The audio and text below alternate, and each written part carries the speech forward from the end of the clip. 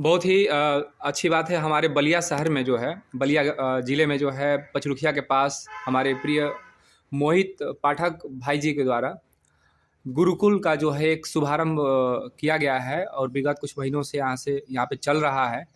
जो कि बच्चे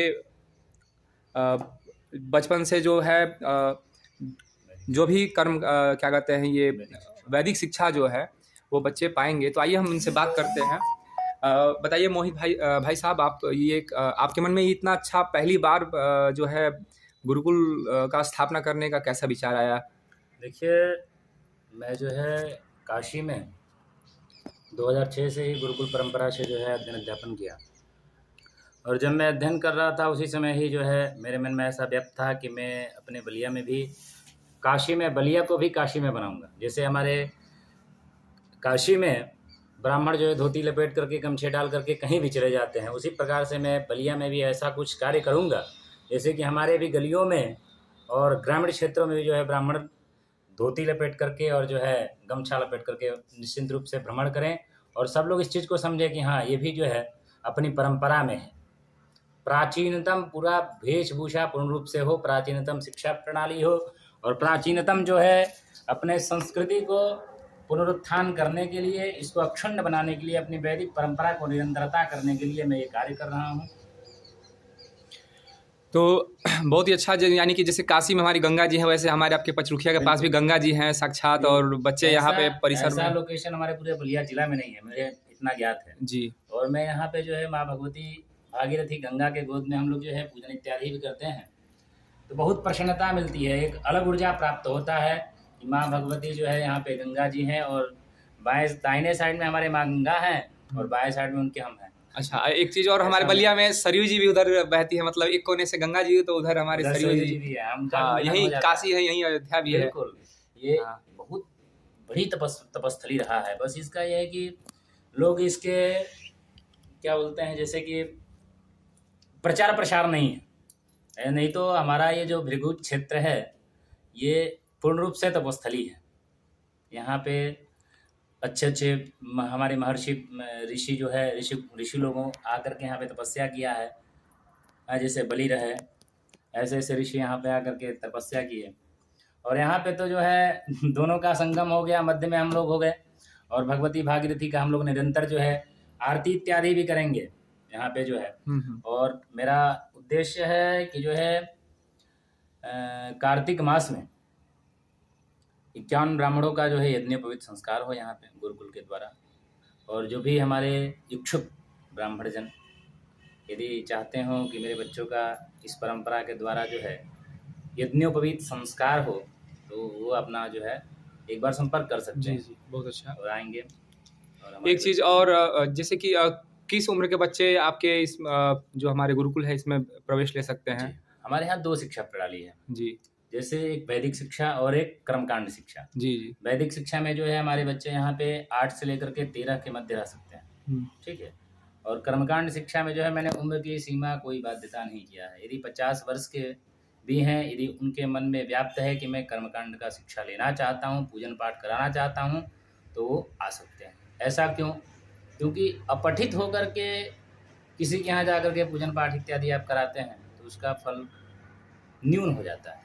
तो इसलिए आप शिक्षित होकर के जो है पूजन पाठ इत्यादि कराइए, उसका महत्व तो समझिए, अपने भी समझिए, दूसरों को भी समझाइए, है ना जी। तो इसलिए जो है मेरी दोनों शिक्षा है।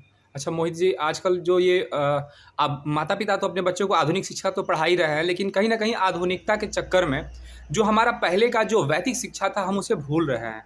और कहीं ना कहीं आज इसरो के जो चीफ हैं, जो अभी हमारा चंद्रयान सफल हुआ है, उन्होंने भी कहा था कि इसके पीछे जो है कहीं ना कहीं वेदों का, जैसे क्या बता रहे थे। बिल्कुल, हर एक प्रकार से कहीं ना कहीं जितनी भी ये कार्य प्रणालियाँ हो रही हैं सब चीज़ वेदों में ही नहीं थी। हाँ, सभी चीज़ वेद से ही है। मान लीजिए मैथ का जो जितने भी ट्रिक्स हैं, हाँ, सब में जो है ऋग्वेद इत्यादि है, सब लिए गए सब। या हनुमान चालीसा में सूर्य से पृथ्वी की दूरी हो, या श्रीमद् भागवत में, धर्म ग्रंथों में, हमारे परंपराओं में जो दुनिया का कार्यकलाप है सब चीज दर्शाया गया है जी पूर्ण रूप से। तो जो है जितने भी मतलब माता पिता या नए अभिभावक देख रहे होंगे, तो कहीं ना कहीं उन्हें भी चाहिए कि अपने बच्चों को आधुनिक शिक्षा तो दे ही रहे हैं, साथ में सुबह शाम जरूर 2 घंटे उनको जो संध्या उपासना या फिर जो भी मतलब ये सब चीज़ें हैं उससे ज़रूर सीखें।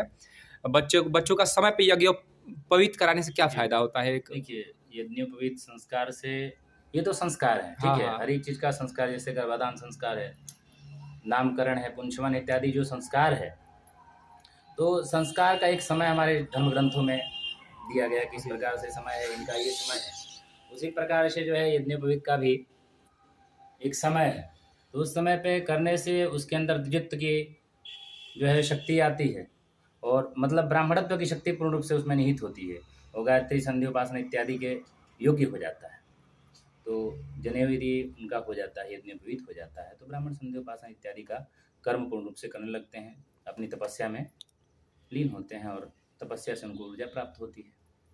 और एक प्रश्न और मन में आ रहा है ये कि मैं भी एक ब्राह्मण परिवार से चुकी हूँ, लेकिन मैंने आधुनिक शिक्षा तो ग्रहण किया है, लेकिन मुझे सच बताएं तो यज्ञ कैसे होता है मुझे नहीं पता, कथा कैसे करते हैं, या फिर मतलब जो भी चीज़ें हैं जो एक बेसिक चीज़ें होती हैं, यज्ञ या संधि उपासना, या फिर थोड़ा सा भी कुछ हम मुझे मतलब हमें ज्ञान नहीं है। और कहीं ना कहीं हमें दुख होता है कि हमें जो हमारे पहले जो शिक्षा मिला करता था, ये यानी कि जो गुरुकुल पद्धति का शिक्षा, वैदिक शिक्षा, वो हमें नहीं मिला है। और मतलब कहीं ना कहीं वो नहीं मिला है, तो हम बहुत बड़े अभागे हैं।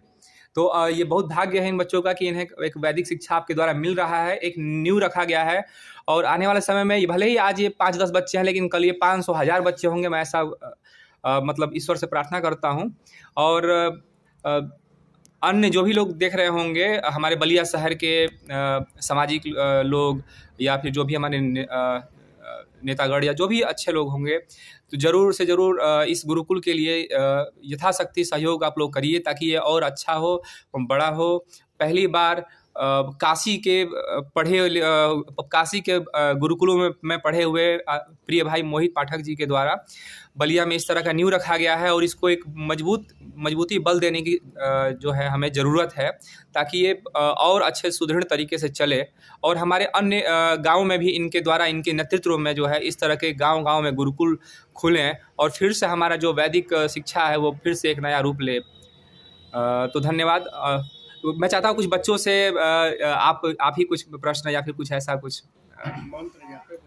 एकम श्लोकम, सभी लोग एक श्लोक साथ में बोलेंगे, ठीक है। ओम श्री परमात्मने नमः। श्रीमद्भगवद् गीता अर्जुन उवाच एवं सततयुक्ताये भक्तास्त्वां पर्युपासते ये चाप्यक्षरमव्यक्तं तेषां ते योगवित्तमाः। धन्यवाद।